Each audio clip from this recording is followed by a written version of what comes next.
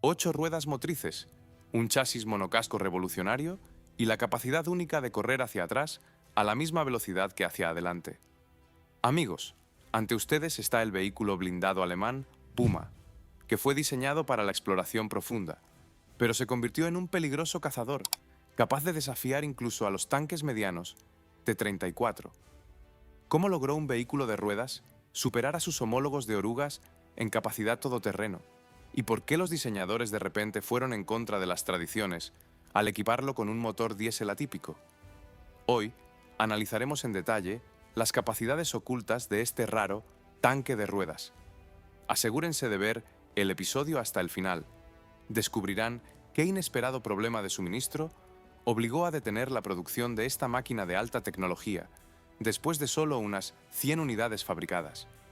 No nos demoremos, comencemos. Hay una lógica militar que es difícil de disputar. Un tanque es blindaje, fuego y orugas. Pero las orugas también son un problema. Se desgastan rápido, requieren mantenimiento constante, limitan la velocidad, y en una buena carretera, un tanque pierde irremediablemente contra cualquier camión. Es por eso que ya en los años 20 del siglo XX, los ingenieros militares de diferentes países comenzaron a buscar un punto medio, una máquina que combinara la protección y la potencia de fuego de un tanque con la movilidad y la economía de los vehículos de ruedas. Así, aparecieron los automóviles blindados. Y al principio, la idea funcionó. Los vehículos de 3 ejes, con una fórmula de ruedas de 6x4, es decir, 6 ruedas, de las cuales 4 eran motrices, a mediados de los años 30 del siglo XX, competían muy seriamente con los tanques ligeros. Los automóviles blindados soviéticos de la serie BA, que significa automóvil blindado medio, para ser precisos, el BA-3 y el BA-10 llevaban un cañón en una torreta, tenían un blindaje decente y costaban significativamente menos que cualquier tanque. Entrenar a un conductor para una máquina así también era más fácil y rápido. Pero este concepto tenía un punto débil fundamental, y se manifestaba cada vez que el vehículo salía de la carretera. Las ruedas en suelo blando no son en absoluto lo mismo que las orugas. Un automóvil blindado con una fórmula de ruedas de 6x4 se atasca donde un tanque pasa sin esfuerzo. Un campo embarrado después de la lluvia, un arcén arenoso, un camino de tierra deteriorado. Todo esto podía convertirse en un obstáculo insuperable. En esencia, una máquina así estaba atada a la superficie de la carretera, como un tranvía a sus raíles. No podía salir de la ruta. Los ingenieros lo entendían y propusieron lo que parecía una solución elegante: cadenas de oruga, desmontables para las ruedas traseras. Se colocaban y el automóvil blindado se convertía en algo intermedio entre un vehículo de ruedas y uno de semioruga. Debería haber ayudado en las secciones difíciles. En la práctica, esta solución creó más problemas de los que resolvió. Antes de cada sección difícil, la tripulación tenía que detenerse y perder tiempo instalando las cadenas. Después de superarla, tenían que detenerse de nuevo y quitarlas. En los entrenamientos, esto parecía tolerable. Y en una situación de combate real, cada minuto adicional, en un terreno abierto, era un riesgo que nadie quería asumir. Quedó claro.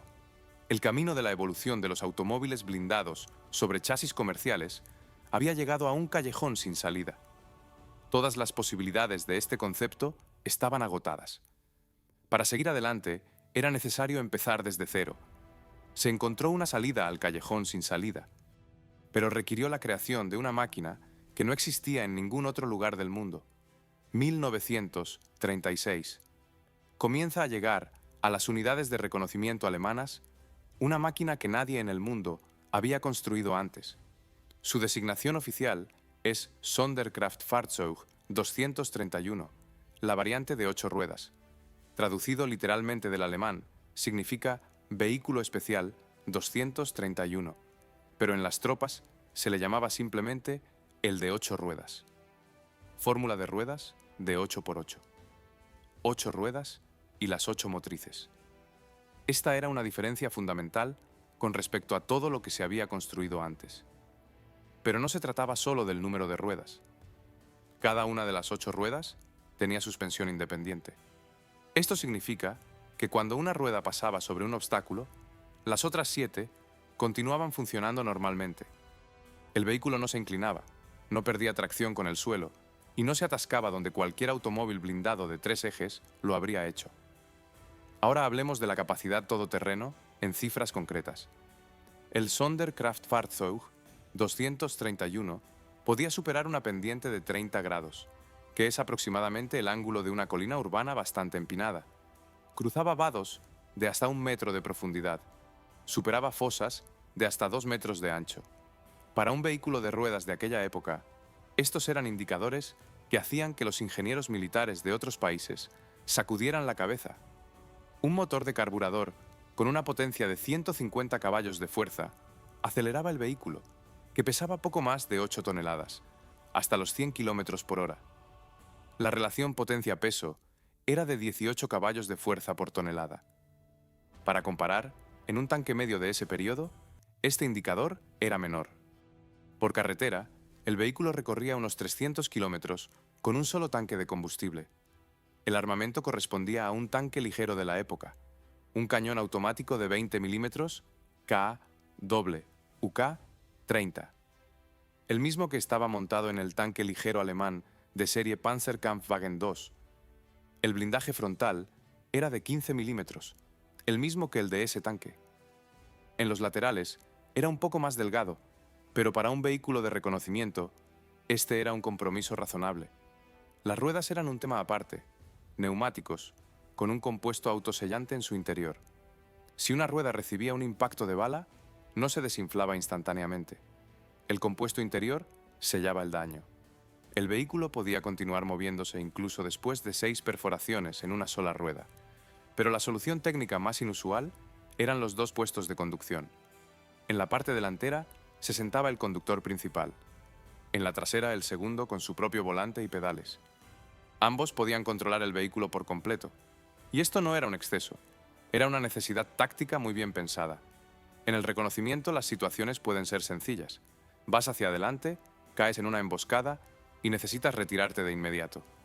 Para un vehículo común, esto requiere dar la vuelta. Eso toma tiempo, requiere espacio para maniobrar. Son segundos adicionales bajo el fuego. El Sonderkraftfahrzeug 231 simplemente cambiaba al modo de marcha atrás, y el segundo conductor tomaba el control. El vehículo se retiraba con la parte trasera por delante a la misma velocidad que avanzaba, sin dar la vuelta, sin perder tiempo. La caja de transferencia y la marcha atrás proporcionaban el mismo número de velocidades en ambas direcciones. Esto no era solo un detalle técnico, cambiaba la táctica misma del trabajo de reconocimiento.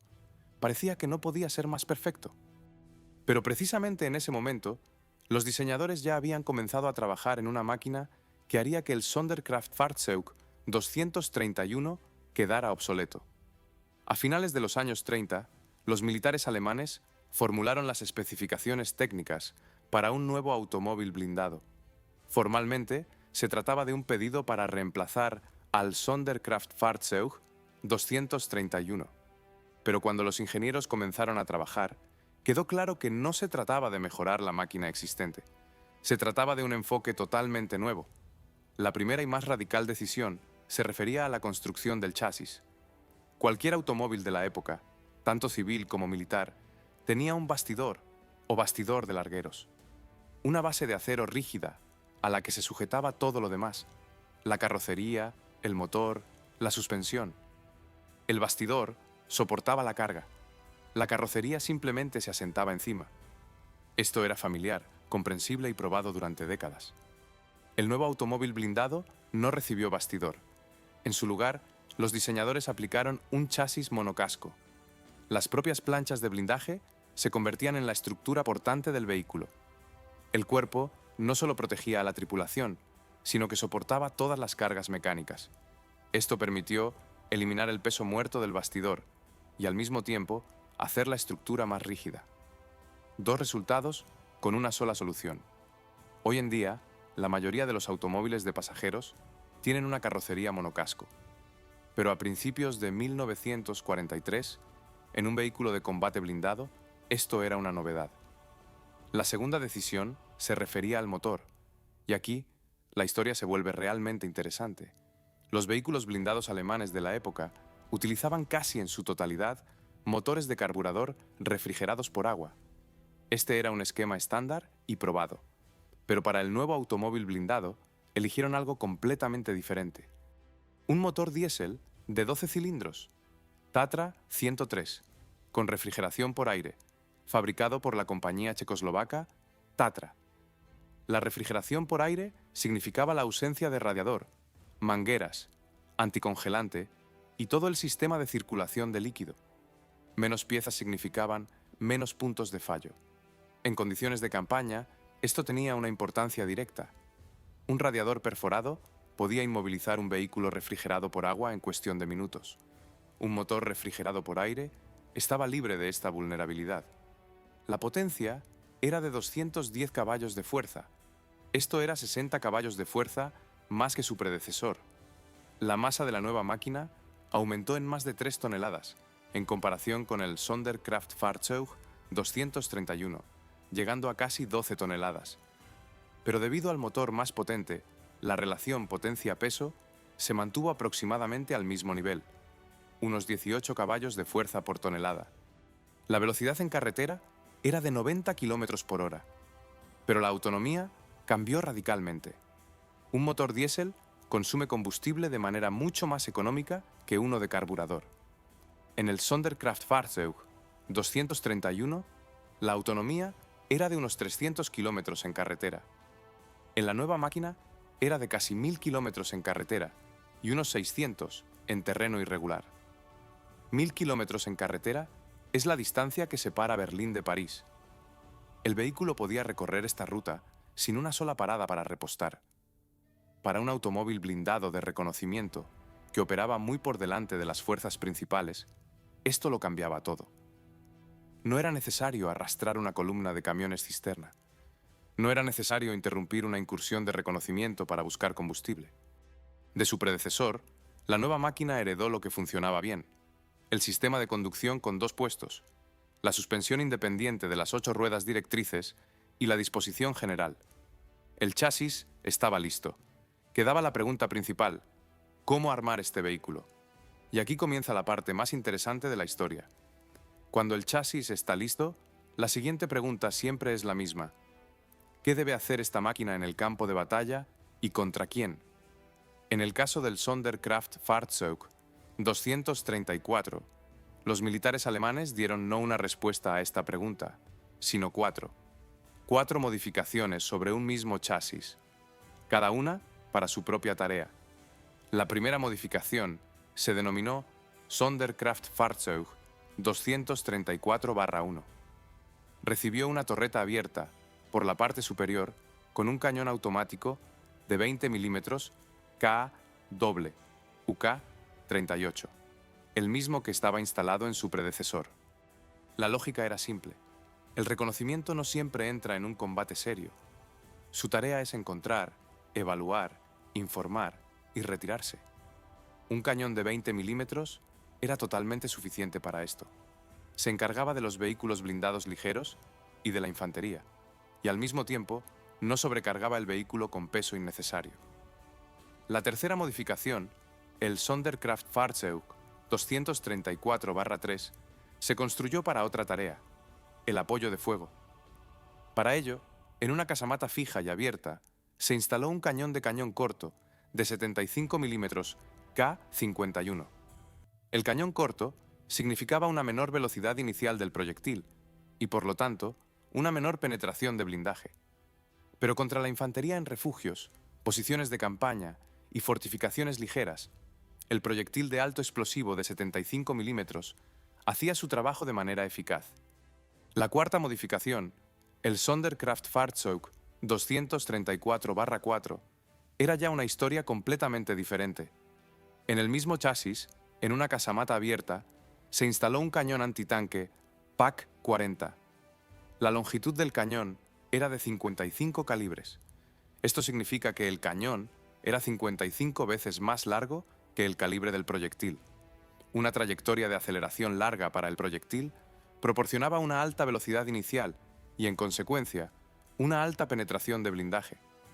El PaK-40 era más potente que los cañones de 75 mm instalados en los tanques alemanes de serie Panzerkampfwagen 4 en modificaciones con longitudes de cañón de 43 y 48 calibres, más potente que los cañones de la mayoría de los cazacarros autopropulsados de ese periodo.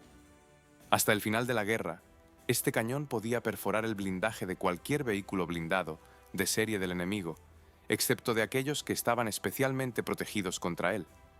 Superaba únicamente a dos cañones, el cañón de 75 mm KW UK-42, con una longitud de cañón de 70 calibres que estaba en el tanque Panther, y los cañones de cañón largo de los cazacarros tardíos de la serie Jagdpanzer.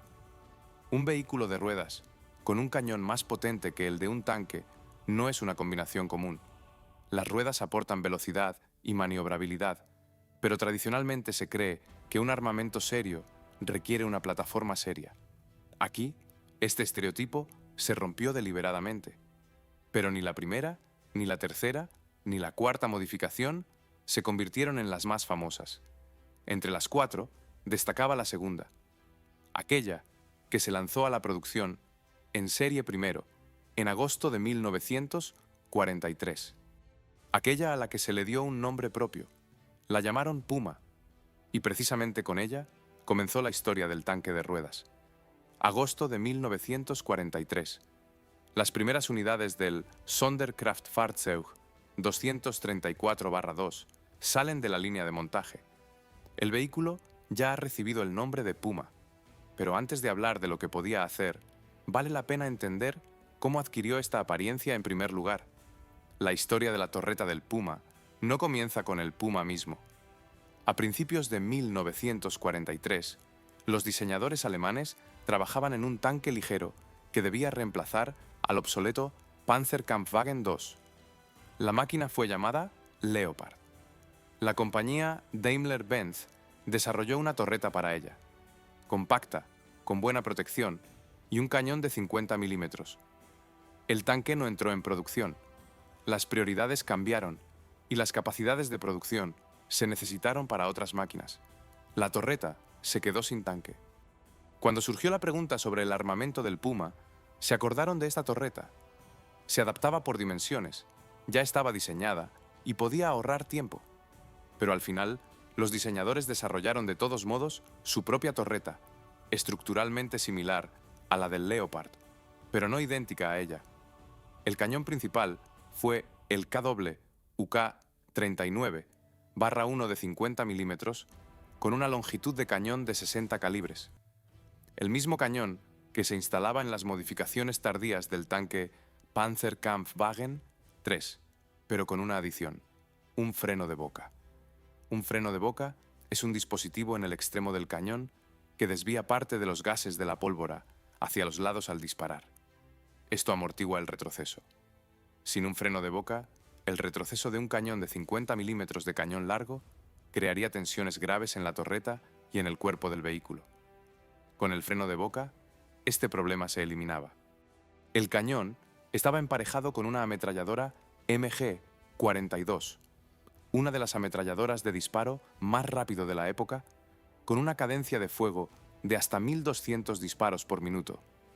Para trabajar contra la infantería en combate cercano, esto era más que suficiente. Ahora hablemos del blindaje, y aquí comienza la conversación sobre los compromisos. El blindaje frontal de la torreta y del chasis era de 30 milímetros. Para los estándares de un tanque ligero de principios de 1943, esto era bastante decente. Los laterales de la torreta eran de 15 milímetros. Los laterales del chasis eran de 8 milímetros. 8 milímetros en los laterales del chasis es poco. Es protección contra balas de fusil y metralla, pero no contra ametralladoras de gran calibre a corta distancia. Los diseñadores lo entendían y asumieron el compromiso conscientemente. Reducir el peso significaba conservar la movilidad. Y la movilidad para un vehículo de reconocimiento es más importante que el blindaje lateral. Al mismo tiempo, el mantelete del cañón, aquel que llamaban hocico de jabalí por su forma característica, tenía un espesor de 50 milímetros. Este es un componente que en combate se encuentra bajo el fuego en primer lugar, y aquí no escatimaron. 50 milímetros de mantelete frontal frente a 8 milímetros de laterales del chasis no es una contradicción. Es un cálculo preciso. Protege aquello que mirará al enemigo y aligera todo lo demás. La capacidad de munición del cañón era de 55 proyectiles, 27 de alto explosivo y 28 perforantes. El cañón podía alcanzar vehículos blindados ligeros y la mayoría de los transportes blindados de personal desde 1 kilómetro, y a una distancia de 500 metros se volvía peligroso para el tanque medio soviético de 34. No de manera garantizada, no en cualquier ángulo, pero peligroso es la palabra exacta. Sobre el papel, el Puma parecía el sueño de un comandante de reconocimiento. Pero, ¿qué tan bien funcionaba este sueño en condiciones de campañas reales? Cualquier máquina de combate vive en dos dimensiones. La primera son las especificaciones técnicas sobre el papel. La segunda es lo que sucede cuando sale por las puertas de la fábrica y se encuentra en un terreno real, en condiciones reales y contra un enemigo real. Comencemos con lo que el Puma hacía bien. La transmisión del vehículo merece una mención aparte. En el Sonderkraftfahrzeug 234-2 se instalaba una caja de cambios de 6 velocidades de tipo preselector. Preselector significa que el conductor seleccionaba de antemano la marcha requerida y el cambio se producía con una sola pulsación del pedal, sin necesidad de desembragar en el sentido habitual. En combinación con una caja de transferencia, un engranaje reductor para condiciones difíciles, esto proporcionaba 24 velocidades hacia adelante e igual número hacia atrás. 24 velocidades hacia atrás no es una errata. 2 puestos de conducción, marcha atrás, caja de transferencia. El vehículo se movía con la misma seguridad en ambas direcciones. La capacidad todoterreno en cifras concretas. El Puma superaba pendientes de 30 grados. Superaba un obstáculo vertical de medio metro de altura, por ejemplo, el borde de una zanja o un bordillo roto. Cruzaba fosas de 2 metros de ancho. Vadeaba agua de hasta 120 centímetros de profundidad. Para un vehículo de ruedas, estos son indicadores serios. No de un tanque, pero significativamente mejores que los de cualquier automóvil blindado sobre chasis comercial. La velocidad en carretera era de 90 km por hora. En terreno irregular, por supuesto, era menor, pero incluso allí, el vehículo se movía más rápido que la mayoría de los vehículos de orugas de su época. Ahora hablemos de las vulnerabilidades, y aquí es importante entender el contexto. Los laterales del chasis eran de 8 milímetros. Este es un hecho que a primera vista parece un defecto grave. Una ametralladora de gran calibre a corta distancia podía perforar tal blindaje. Un fusil antitanque también. Cualquier cañón de calibre superior a 20 milímetros, sin duda alguna. Pero aquí hay que detenerse y pensar para qué estaba destinada realmente esta máquina. El Puma es un explorador.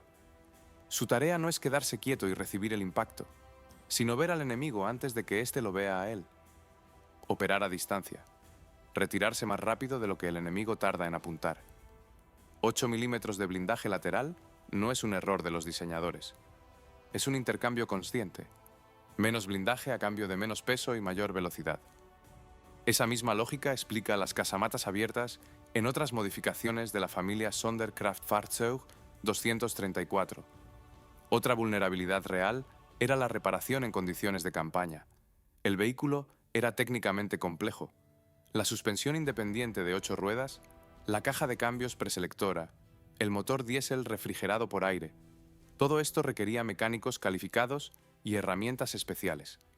A diferencia de vehículos más simples, el Puma no se podía reparar con medios improvisados en el arcén de la carretera. Este era el reverso de la sofisticación técnica. Una comparación con sus contemporáneos da una idea de la escala. El tanque ligero estadounidense M5 Stuart, que para entonces había reemplazado al M3A1, pesaba 14 toneladas frente a las casi 12 del Puma. Tenía un blindaje lateral más grueso, pero era más lento y tenía una autonomía incomparablemente menor. Los automóviles blindados soviéticos de la serie BA ya estaban saliendo de producción para entonces. El concepto de automóvil blindado de 3 ejes se había agotado. El Puma parecía un vehículo de otra generación en comparación con ellos, lo cual, de hecho, era cierto. La teoría es una cosa, pero el Puma combatió, en 2 frentes, y los resultados fueron inesperados. 101 vehículos, Exactamente esa cantidad de Pumas se fabricó durante todo el periodo de producción. No es una errata ni un redondeo. Exactamente 101. Para comprender lo que esto significa en la escala de un frente real, basta con una sola comparación. Un batallón de tanques estándar de la época constaba de 50 a 80 vehículos. Es decir, todos los Pumas, jamás fabricados, apenas habrían completado un batallón reforzado, para dos frentes, a lo largo de miles de kilómetros de línea de contacto. Estos 101 vehículos se distribuyeron entre 6 unidades. Ninguna de ellas recibió una cantidad suficiente de Pumas como para utilizarlos como una fuerza independiente. En todas partes, operaron como parte de unidades de reconocimiento mixtas, junto con otros equipos.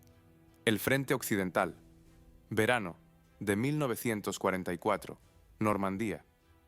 Tras el desembarco de las fuerzas aliadas, en junio de 1944, se desarrollaron intensos combates por la cabeza de puente en el norte de Francia. Los Pumas operaron aquí, como parte de la división Leibstandarte y de 2 divisiones Panzer de la Wehrmacht. Normandía no es una estepa abierta, son setos, caminos estrechos, pueblos con muros de piedra, un terreno que asfixiaba la maniobra y anulaba la ventaja de la velocidad. En tales condiciones, un vehículo de reconocimiento pierde la mitad de sus bazas. No se puede aprovechar la velocidad en un camino estrecho entre setos. No se puede mantener la distancia cuando el enemigo puede estar sentado a la vuelta de la esquina. Y aún así, los Pumas se hicieron notar en Normandía. Sus cañones de 50 milímetros eran eficaces contra los transportes blindados de personal y los vehículos ligeros estadounidenses y británicos, que los aliados tenían en abundancia. A una distancia de hasta 1 kilómetro, el Puma operaba con seguridad contra cualquier vehículo de ruedas o de orugas ligero del enemigo. Invierno de 1944 a 1945.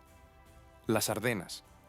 La ofensiva alemana en las Ardenas, en diciembre de 1944, fue la última gran operación ofensiva en el frente occidental. Los Pumas participaron en ella como parte de las mismas unidades. Aquí las condiciones eran diferentes: frío, nieve, terreno boscoso. Pero el problema general seguía siendo el mismo: muy pocos vehículos para influir en el curso de la operación. El Frente Oriental presentaba un panorama diferente. Como parte de la 20ª División Panzer, los Pumas combatieron en la zona de Nebel y Yolm, en el noroeste de la Rusia moderna.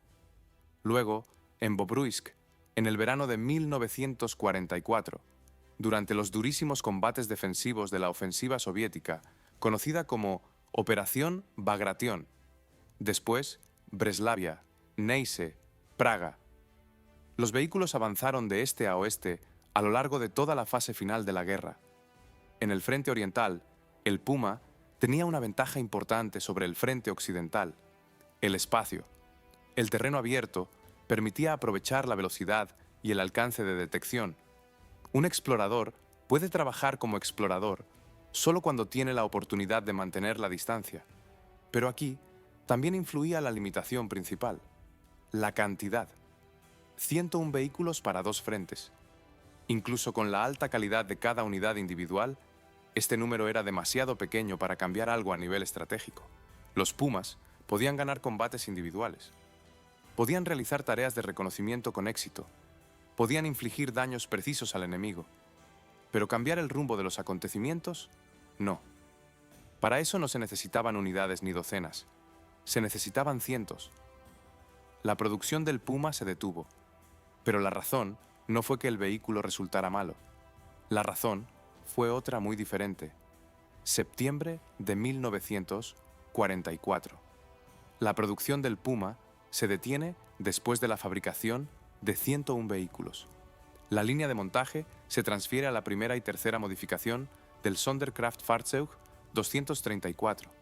No se publicó ninguna explicación oficial, pero si se reúnen los hechos, el panorama se aclara por sí solo. Hubo varias razones, y cada una de ellas por separado ya habría sido suficiente. La primera razón fue la desaparición del objetivo. El Puma se creó como un vehículo de reconocimiento con capacidades antitanque. Su cañón de 50 mm KWUK-39, con una longitud de cañón de 60 calibres, era peligroso para los tanques ligeros desde 1 kilómetro y para los tanques medianos a una distancia de unos 500 metros. A principios de 1943, cuando se diseñó el vehículo, esto tenía sentido. Los tanques ligeros estaban por todas partes entre los oponentes, pero a finales de 1943, el ejército soviético cesó por completo la producción de tanques ligeros. El tanque T-70, el último tanque ligero soviético de producción masiva, salió de la línea de montaje. El énfasis se puso en las máquinas medianas y pesadas, el T-34 en diversas modificaciones y el tanque pesado IS-2. Contra ellos, el cañón de 50 mm era eficaz solo bajo condiciones muy específicas, desde corta distancia, en el lateral y con un ángulo de impacto favorable. Los tanques ligeros estadounidenses también cambiaron. El tanque M5 Stuart, que vino a reemplazar al M3A1, recibió un blindaje notablemente reforzado en comparación con su predecesor. Trabajar contra él se volvió más difícil. El cañón de 50 mm para el que se creó el Puma estaba perdiendo relevancia ante los ojos de los militares. La segunda razón fue el wolframio. Aquí se necesita una pequeña explicación. Un proyectil perforante puede ser diferente. Un proyectil de acero común perfora el blindaje debido a su energía cinética y a la dureza del acero. Un proyectil subcalibrado con núcleo de wolframio funciona de otra manera. El wolframio es significativamente más pesado y duro que el acero, lo que a la misma velocidad del proyectil proporciona una capacidad de penetración varias veces mayor. Para un cañón de 50 mm de cañón largo, el proyectil subcalibrado con núcleo de wolframio era lo que lo hacía verdaderamente peligroso para los tanques medianos. Sin él, las capacidades del cañón se reducían drásticamente. Alemania, por esta época, experimentaba una aguda escasez de wolframio. Los principales proveedores de este metal, Portugal y España, bajo la presión de los aliados, fueron reduciendo gradualmente el comercio con Alemania. Las reservas se agotaban. La producción de proyectiles subcalibrados con núcleo de wolframio para cañones de 50 mm fue interrumpida oficialmente. Sin estos proyectiles, el cañón de 50 mm KWUK-39 se convertía en un arma de eficacia limitada contra el blindaje. Toda una familia de cañones perdió su principal baza debido a la escasez de un solo metal que pesaba unos pocos gramos por proyectil. La tercera razón fue la economía de producción. El Puma era una máquina compleja. Chasis monocasco, 8 suspensiones independientes, caja de cambios preselectora, motor diésel refrigerado por aire. Todo esto requería mano de obra calificada, equipos de precisión y tiempo. Para el otoño de 1944, la industria militar alemana operaba bajo condiciones de interrupciones constantes, escasez de materiales, fábricas dañadas y déficit de mano de obra.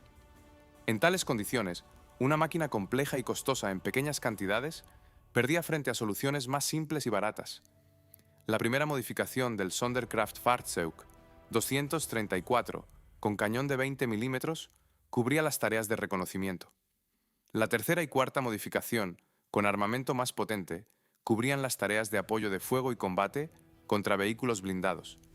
El Puma quedó atrapado entre estas tareas, demasiado especializado para que su cantidad importara, demasiado complejo para producirlo en los volúmenes necesarios. La producción se detuvo, pero la idea que encarnaba no desapareció. Simplemente esperó su momento. Mayo de 1945. Los últimos Pumas son abandonados por sus tripulaciones, capturados por las tropas aliadas o destruidos en los combates finales. El vehículo vivió en producción en serie menos de un año. Solo 101 unidades. Para los estándares de la producción de guerra, una cantidad insignificante. Parecería que la historia ha terminado. Pero precisamente aquí comienza su parte más interesante. Los vencedores estudiaron atentamente el equipo capturado. Ingenieros británicos, estadounidenses y soviéticos examinaron los ejemplares capturados del Sonderkraftfahrzeug 234 con interés profesional. Chasis monocasco, suspensión independiente de 8 ruedas, 2 puestos de conducción, motor diésel refrigerado por aire, caja de cambios preselectora. Cada uno de estos elementos fue registrado, medido y estudiado. No hubo una copia directa. Los ejércitos de la posguerra resolvían otras tareas en otras condiciones. Pero los principios establecidos en la familia Sonderkraftfahrzeug 234 comenzaron a manifestarse en nuevos desarrollos, primero lentamente, luego de manera más evidente. El chasis monocasco sin bastidor es hoy en día un estándar para todos los vehículos blindados de ruedas. Ningún vehículo de combate de ruedas moderno se construye sobre un bastidor independiente. Esta solución, probada en el Sonderkraftfahrzeug 234 en 1943, se volvió universal. La tracción total en todos los ejes, con suspensión independiente, también es un estándar, también una norma, también algo que hoy se percibe como obvio y natural. Pero la idea principal, un vehículo de ruedas con torreta y cañón, capaz de operar de igual a igual con vehículos blindados ligeros y medianos, esta idea tardó mucho más en realizarse. Un tanque de ruedas en toda regla, un vehículo sobre chasis de ruedas con torreta cerrada, blindaje serio y un cañón capaz de combatir tanques, es un concepto que el mundo pudo materializar en metal solo en los años 80 y 90 del siglo XX. El tanque de ruedas francés, AMX-10, RC, con un cañón de 105 milímetros. El Centauro italiano, 8 ruedas, cañón de 105 milímetros y una masa de combate de unas 25 toneladas. El Striker estadounidense, en varias modificaciones armadas. El Ruikat sudafricano. El tanque de ruedas japonés, tipo 16. Todos ellos son herederos directos de la idea que los ingenieros alemanes plasmaron en el Puma en 1943. Ruedas en lugar de orugas. Velocidad y autonomía en lugar de protección máxima. Movilidad estratégica como principal ventaja. La diferencia es que los vehículos modernos pesan el doble o el triple que el Puma y llevan cañones del doble de calibre, pero el principio es el mismo. ¿Por qué el tanque de ruedas obtuvo tal difusión precisamente a finales del siglo XX? Es una pregunta aparte. En parte, esto se debe al cambio en el carácter de los conflictos. El énfasis se trasladó al despliegue rápido, el transporte a grandes distancias y las operaciones en entornos urbanos. Un vehículo de ruedas se carga en un avión de transporte mucho más fácilmente que uno de orugas. Se puede trasladar, por sus propios medios, a lo largo de cientos de kilómetros, sin desgaste de la suspensión. Es más barato de operar. Todo esto era cierto también en 1943. Los diseñadores alemanes lo entendían. Simplemente el mundo aún no estaba listo para aceptar esta idea en su totalidad. 101 Pumas no cambiaron el curso de la historia. Este es un hecho honesto y no vale la pena adornarlo. Demasiados pocos vehículos, demasiado tarde, en circunstancias demasiado difíciles. Pero la idea de ingeniería que encarnaban resultó ser correcta. Tan correcta que, medio siglo después, todo el mundo comenzó a construir vehículos bajo los mismos principios, con motores más potentes, blindaje más grueso, cañones más grandes, pero bajo los mismos principios. Hay una ironía especial en el hecho de que un concepto nacido en condiciones de escasez extrema de recursos y necesidad militar se convirtiera en una de las principales direcciones del desarrollo de vehículos blindados en tiempos de paz. El Puma no era simplemente un automóvil blindado, era un plano del futuro, dibujado 70 años antes de tiempo.